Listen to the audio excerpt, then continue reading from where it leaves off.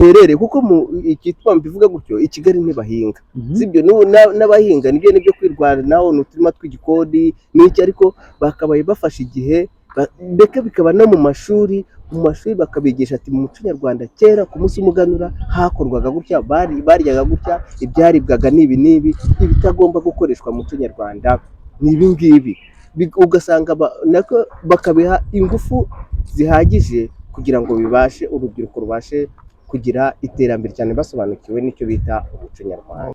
Njye numva yuko yino ari umunsi abantu bagomba guhuriraho bagasangira ibyo bagezeho bakishima nyine bagasangira. Akenshi bakunda gukoresha bagasangira nk'ibigori cyangwa n'ibindi bintu nyine akenshi bya kera. Urubyiruko n'abana batoya ntabwo bazi umutsima w'amasaka. Nanjye sinkuzi ariko buri ni amasaka bashesha. Aka ni akero ka kinyarwanda, yego bagashyiragamo umutsima w'amasaka ukaba wamaramo n'icyumweru.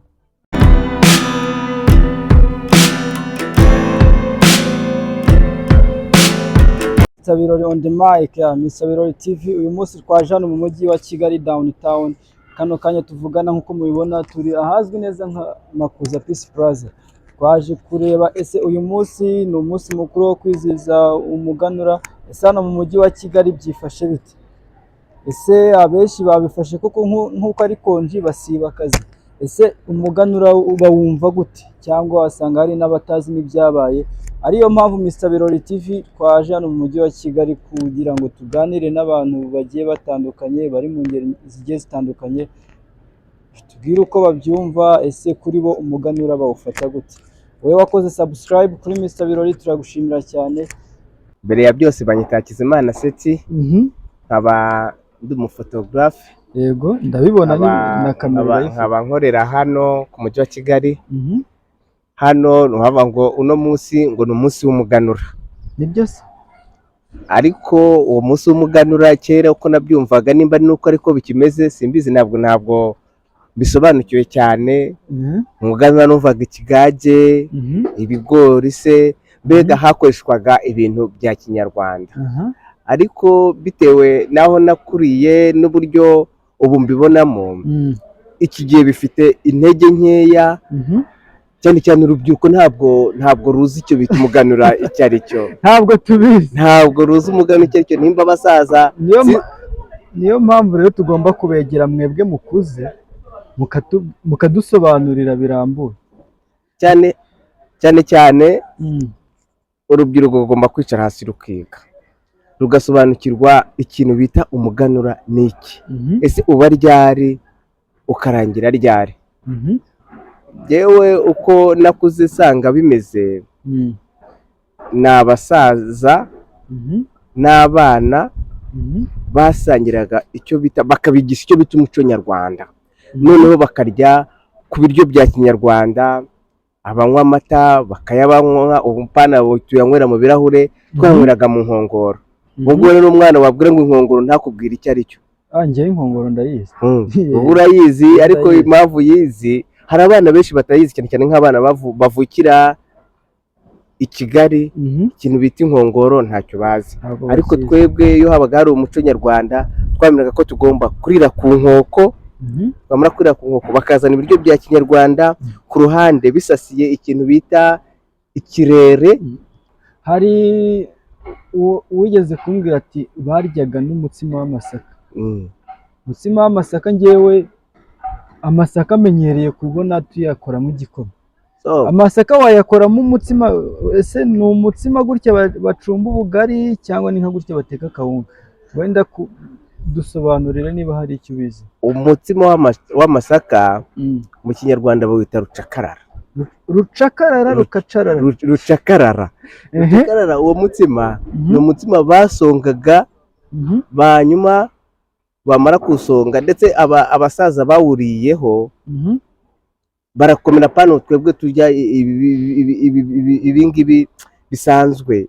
Wari umutima ukomeye, abawuriye babaga bafite ingufu, bawusaturisaga icyo bita urutamyi. Urutamyi ni uruki? urutamyi ni akantu kameze nk'iki twakita nk'ikira, ni icyuma ariko kikaba ari icyuma cya kinyarwanda. Twavuga ko ari nk'icyuma. Urutamyi ni icyuma cya kizungu cy'iki gihe, noneho ugasanga bawukase neza, tukawurisha ibishyimbo, tukawurisha se cyangwa n'inyama. Hari inyama zabaga zimaze igihe barazishyize ku rusenge. Ntabwo ari imiranzi, inyama y'umuranzi iba yapfuye, ahubwo n'inyama baba barateguye neza iri aho ku rusenge, imeze neza yarahoze, ukayirisha rucakarara, bakagukorera isosi imeze neza. Umusaza wariye rucakarara ntahuriye n'abasaza bo, yabaga akomeye. Abantu bari rucakarara, abantu baba bafite ingufu ko batumaga ujya no mu murima ukajya guhinga ugakora wumva neza, wari rucakarara uri strong, ufite imbaraga. Ikiryo cya kinyarwanda cyose biba wakiriye wabaga ufite imbaraga zikomeye cyane. N'uwo mutima rero iyo wawuryaga byabaga ari ibintu byiza, wabaga uryoshye, ufite amasaka. Hari ukuntu mbega iwacu hari ahantu bahingaga amasaka, akavuga ati amasaka nayo igikoma, ayo masaka nayo gukoramo ubugari bwa rucakarara. Yabaga ari amasaka yihariye, asa umutuku, ubona ko afite ingufu cyane. Ubu se nk'ubu kino gihe wambwira rucakarara, nk'ubu kino gihe rucakarara nkatwe wenda turi kubyiruka muri kino kinyejana ntabwo tuyizi pe, keretse wenda kwicara tugasoma ibitabo, tukaganira n'abantu bo hambere bakatubwira ngo byagendaga gutya. Ubu kino gihe nk'umuntu wenda ushobora kugira amatsiko, ashobora kuba yayikorera ku giti cyiwe. Ubu ngubu no mu maresitora ahantu ugiye ukajya gusaba umutsima w'amasaka, urahenda kandi noneho amaresitora ushobora kusangamo ni amaresitora abazi, kubera ko utegurwa mu buryo bw'ubuhanga, kandi ushobora kumara n'icyumweru utarangirika bitewe n'uburyo wawuteguyemo n'uburyo ugomba kuha abantu. Bityo rero nk'urubyiruko rurimo rurabyiruka ubu ngubu, kugira ngo rumenye ikintu bita umutsima w'amasaka bita rucakarara, wakoreshwaga mu munsi mukuru w'umuganura, byabagora cyane ku buryo n'imihingire y'iki gihe iragora. Abantu benshi i Kigali ntibahinga, kandi niyo bahinze n'ayo masaka ntabwo bashobora kubona. Ubundi kera byabaga ari byiza ko babiteguraga uko uwo murima wabaga uri ukwawo. Nk'uko kera iyo nacyuraga inka, nageraga mu rugo, hari ahantu nageraga mu rugo nkasanga bakuye ibijumba. Aho hantu bakuye ibijumba nabaga nzi ko ndi bunywe ikivuguto, nabaga nzi ko ndi bunywe ikivuguto uwo munsi, kubera uwo murima nta kindi wakorerwagaho, bakuragamo ibijumba byo kunywesha ikivuguto. Ubwo n'ibijumba byiza bimwe bya karebe, bimwe bitukura, bya bindi bita ngo ni amafufu, nuko wabimenya, amafufu ameze neza. Iyo rero nacyuraga nkasanga bahagize, uyu munsi ndanywa amata. Kandi nanone icyiza cya kera cya mbere, nta muntu wabaga yanyweye ari bunywa amata bagiye kurya inyama. Hari ibintu bizira, musigaye mbona ngo umuntu arafata isambusa, undi akafata igikombe cy'ikivuguto cy'amata, ugasanga arimo ararisha, arimo arasoma isambusa n'amata. Buriya mu muco nyarwanda ntabwo bibaho. Ubwo rero nabaga nzi ko aho hantu niba bahakuye, umunsi mba niriwe meze neza, ndi bunywe ikivuguto nkagihaga.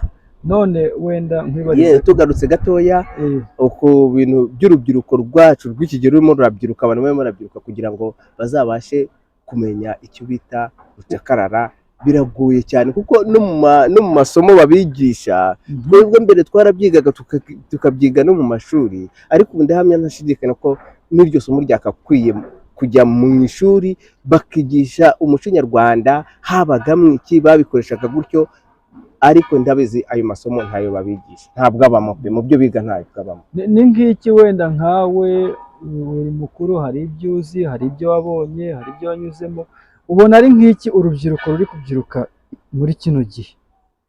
Ni iki ruri guhomba ku bijyanye n'uyu munsi mukuru w'umuganura? Kuko hari ibyo abenshi tutazi, tudasobanukiwe. Kumva ngo habaye umuganura gusa, nyine tukumva mu mitwe yacu birangiye gutyo gutyo. Ubona ari nk'iki turi guhomba? Urubyiruko rwacu rero rw'iki gihe ruri guhomba ibintu byinshi, ruri guhomba ibintu byinshi kubera ko ruri kubyirukira muri viziyo. Rwabyirukira muri viziyo bya bindi by'umuco nyarwanda ntibabasha kubiha umwanya wo kubyiga. Bityo rero ibyo bari kubyiruka bajya mu mipira, bakareba ibifilime bigezweho, bakareba imifilime y'imirwano. Ngibyo ibintu byatwaye urubyiruko rwacu umutima kugira ngo bazibuke ikintu bita umuco nyarwanda. Biragoye cyane kuko no mu mashuri byakabaye babyiga, habamo umwanya mutoya wo kubigisha icyo kintu cy'umuco nyarwanda. Bityo rero urubyiruko rwacu kereka nibajya bagira amahirwe nyine, bamwe abagifite mu giturage iwabo bakaba bakajya basura ibyo biturage, kandi none kubyumva ngo ufashe umwanya ujyanye mu giturage nacyo ni ikindi kibazo. Kugenda akahasura, byakabaye biba ko umubyeyi ajyana abana akabereka ahantu yavukiye, akabereka uburyo bahingamo, akabigisha icyo bica umuco nyarwanda ahereye hasi. Ariko biragoye ko urubyiruko rujya mu ndirimbo, mu marapu, mu mipira se ugize n'Imana nawo umupira akawuhamya, usanga bafite ibintu byinshi bibatwara umwanya utari ngombwa, bigatuma bibagirwa umuco nyarwanda. Niyo mpamvu urubyiruko rwinshi n'iki gihe cyacu umuco nyarwanda rwose ntabwo bayizi, kuko n'ababyeyi bakabibigishije babifitemo umwanya mutoya, bitewe y'uko nabo baba bari gushakisha hirya no hino, ariko ntibyakabayeho. Inama wahereza nk'ababyeyi bafite nyine abana bari kubyiruka muri iki gihe, bakora iki kugira ngo ba bana bongere bagaruke ku isoko y'umuco, nyine basobanukirwe, bavuga ati uyu munsi habaye umuganura, babe bazi ati umuganura mu muco nyarwanda uvuze iki? Ikintu cya mbere kigomba kubaho ni uruhare rw'ababyeyi. Uruhare rw'ababyeyi ababyeyi bagomba kwigisha abana babo umuco nyarwanda. Avuga ati iyi tariki ya 2 habagaho gusangira. Uwo musangiro wabaga uvuze iki? Wasangiraga ibyo kurya bya kinyarwanda, bikatwibutsa umuco wacu. Cyane cyane none tugasaba na minisiteri ibishinzwe ko yajya itegurira urubyiruko, ikarutegurira nimba ari amasomo, nimba ari ingando, nimba ari iki, ariko ntibibere mu mujyi, bikabera mu nkengero aho uwo muco uri, aho ibyo bintu bari kubigisha biherere. Kuko ikitwa mbivuga gutyo, i Kigali ntibahinga, sibyo? N'abahinga nibyo kwirwanaho n'uturima tw'igikoni n'iki, ariko bakabaye bafashe igihe, mbese bikaba no mu mashuri bakabigisha ati mu muco nyarwanda kera ku munsi w'umuganura hakorwaga gutya, baryaga gutya, ibyaribwaga n'ibi n'ibi, ibitagomba gukoreshwa mu muco nyarwanda ni ibi ngibi. Ugasanga nako bakabiha ingufu zihagije kugira ngo urubyiruko rubashe kugira iterambere cyane, basobanukiwe n'icyo bita umuco nyarwanda. Urakoze cyane. Umunsi mukuru w'umuganura njyewe numva ari umunsi abantu bahuriraho bagasangira bagasabana. Wumva ari umunsi mukuru abantu bahuriraho bagasangira bagasabana? Wumva bagakwiye gusangira nk'iki? Ibyo bafite, bagasangira icyo bafite. Wowe iyo bavuze cyangwa se iyo wumvise ngo uyu munsi ni umunsi mukuru w'umuganura, wumva iki?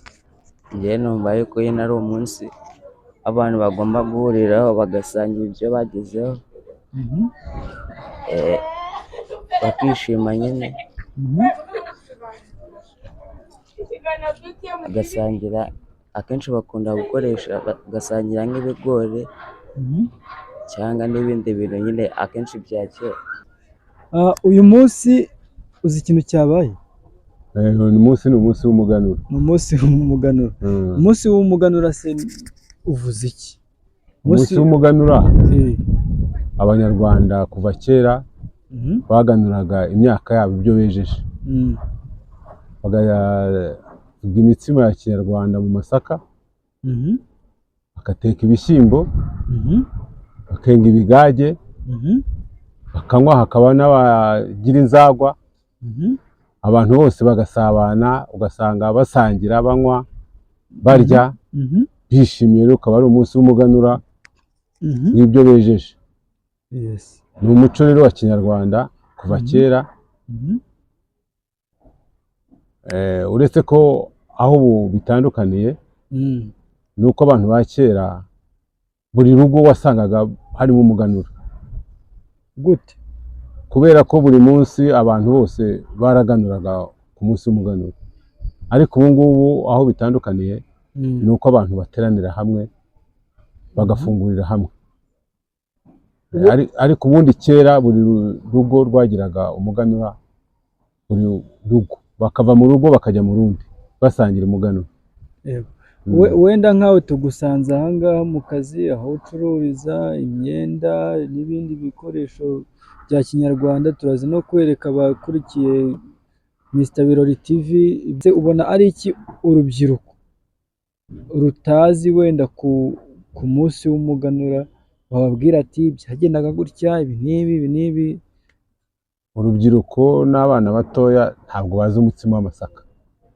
Nanjye sinkuzi ariko buri ni amasaka bashesha, aho bayashigishemo igikoma bakayavugamo umutsima. Uwo mutsima rero wamaraga n'icyumweru abantu bawurya, ariko ubu ngubu abanyarwanda ntibawuzi kandi ari ugira n'intungamubiri. Uwo mutsima rero warabaga ufite agaciro n'abantu ba kera, ni nayo mpamvu bitwazaga. Nawe wawuriyeho? Nawuriyeho, n'ubu ngubu ndawurya, ndawukoresha. Urawukoresha? Umutsima w'amasaka ku bantu batawuzi bawukora gute? Ese ufata amasaka yasanzwe ukagenda ukayashesha nk'uko dushesha ibigori tukarya kawunga, bawukora gute? Ubundi umutsima w'amasaka hari amasaka y'umweru niyo bashesha, ubundi hari abakunda nyine umutsima utarura, ariko ubundi amasaka y'umweru niyo mbona bakunda gukoresha bakayavugamo umutsima nk'uko bashigisha bavuga ubugari, ubu bw'imyumbati busanzwe. Ukaba ari umutsima rero ufite akamaro, ufitiye umubiri akamaro, ku buryo ubasha kuwuteka ukamara icyumweru mu nzu nta kibazo. Bawushyiraga mu kebo. Akebo ni agaciro gafite hano? Akebo hano karahari. Bawushyiraga mu kebo, bawushyiraga mu kebo nyine bakajya bakataho nk'uko bakata umukati. Reka atwereke muri bimwe mu bikoresho bakoreshaga mu gihe cy'umuganura, kuko usanga abantu benshi tutabizi. Twagiye akebo, duhere wenda, ngira ngo ni na byiza ko tugize amahirwe yo guhura n'umuntu ucuruza bimwe mu bikoresho byifashishwaga mu kirori cyo kwizihiza umunsi mukuru w'umuganura. Tangira udusobanurira, wari utubwiye. Aka ni akebo ka kinyarwanda. Yego. Bagashyiragamo umutsima w'amasaka, ukaba wamaramo n'icyumweru. Umuntu akakataho akarya, bakanywesha amata. Amata yo yabaga ari muki? Mu nkongoro. Hano inkongoro urayifite? Yitwereka ukuntu imeze, wenda wasanga ari nk'umuntu uba utayizi. Izi ni inkongoro, iyi ni inkongoro y'abana batoya. Imbere ibimeze gute? Kwerekamo imbere ukuntu imeze. Dore uko imbere iba imeze. Ngira ngo murabibona ukuntu inkongoro imeze. Umufuniko wayo wa kinyarwanda n'uyu, yabaga ikoze gutya. None ko mbona umufuniko nanone utameze kimwe nk'inkongoro, se bimeze bite? Uyu ni umufuniko babohaga, ntabwo umeze nk'inkongoro. Kuko ubu ni ibya kera. Ikindi gikoresho bifashishaga mu munsi mukuru w'umuganura ni iki? Ikindi gikoresho bakoreshaga kera ni imbehe za kinyarwanda. Imbehe. Imbehe ya kinyarwanda. Iyi mbehe arakaguha nta kibazo. Oya, saka se? Kamuhe cyangwa bure. Imbehe nayo bayikoreshaga bafungura. Iyi ni imbehe ya kinyarwanda, niyo bariragaho. Ko mbona kameze nk'umuvure. Bashyiragaho ibiryo nyine kugira ngo bitameneka. Hari n'indi mbehe nanone ya kinyarwanda bita ibigeni. hano bashyiragaho ubugari hano bagashyiraho imboga, hamwe hajya ubugari ahandi hakajya imboga. ubwo niho bashyiraga wa mutsima w'amasaka, hano bashyiraga umutsima w'amasaka, hano bakahashyira ibishyimbo cyangwa n'ibindi bagiye kurya. Okay. Noneho indi bikoresho bakoreshaga njye ntabwo mbizi neza, dufashe dusobanurire wenda niba ubizi. Ibikoresho byerekeye bya kinyarwanda bakoreshaga, twabonye imbehe, tubona akebo, tubona inkongoro, tubona ako kandi gafite ibyiciro bibiri bakita imbehe y'ibigeni. Imbehe y'ibigeni. Okay, twagiye. Ko tubona hano mufite ibintu bimeze nk'isekuru. Aya ni amasekuru ya kinyarwanda, n'ubundi bayasekuriramo ibiyobe. Ibiyobe ni ibiki? Ibinyobwa mu kinyarwanda babyita ibiyobe. Okay. Inkangara zirahari, ibisabo. Okay. Inkangara ni iyi? Inkangara ni iyi? Bayishyiragamo iki? Bayishyiragamo ibishyimbo, amasaka, bayishyiragamo n'urwagwa bashyiriye abana. Ndetse hari ushyizemo urwagwa ntirwameneka? Barushyiraga mu gacuma kanini, bagashyiramo ibishyimbo kugira ngo bya bishyimbo bibe, ubundi bagashyiramo urwagwa bagashyira umukwe wabo. Okay. Iki ni igiki? Ni agacuma, ni akabindi ni iki? Aka ni agacuma bashyizeho imitako. Ako ni agacuma bashyizeho imitako. Ko mu kirori cyo kwizihiza umunsi mukuru w'umuganura bakamazaga iki? Bakanyweragamo urwagwa. Bakanyweragamo urwagwa. Basukagamo urwagwa bakajya bashyira ku munwa bakanywa. Yabashyiramo umuheha. Ku munsi w'umuganura ngewe nkorera kuri YouTube. Iyo umunsi w'umuganura, yego, abantu baranabuguzaga. Kubuguza ni ukugira gute? Ni ugukina igisoro. Gukina igisoro. Igisoro uragifite? Bakinaga ibisoro babuguza. Abantu barabuguzaga, bakarushanwa. Habagaho n'amarushanwa y'ibisoro. Habagaho n'amarushanwa y'ibisoro. Uwatsindaga undi bamuhaga iki? Bamuhaga inzoga. Bamuhaga inzoga. Akayinywa yose akayimara? Yasangiraga n'abandi ariko akaba yayitsindiye. Igisoro, wenda igisoro harimo utuntu tumeze nk'utubuye. Badupangamo gute wenda ku bantu batabizi? Bapangamo tune. Bapangamo tune muri buri kobo. Muri buri kobo. Ko tubona iyo umuntu akina aturuka hano, undi nawe agaturuka hano. Ducuruza. Dukorera mu Gaseke ku Irebero. Niho umujyi wa Kigali waduhaye abanyamyuga. Ariko baje no kuduha hano muri Car Free Zone. Hano rero muri Car Free Zone hari utuzu natwo dukoreramo, hari udukora kofi, hari n'udukora imitako itandukanye. Nkaba nkorera muri aka kazi. Uwaza hano Downtown Free Zone yaza abaza uwitwa nde muri iyi karitsiye? Nitwa Nahayo Simoni. Nomero yanjye ni 078 24 28 985. Wadusanga hano nta handi.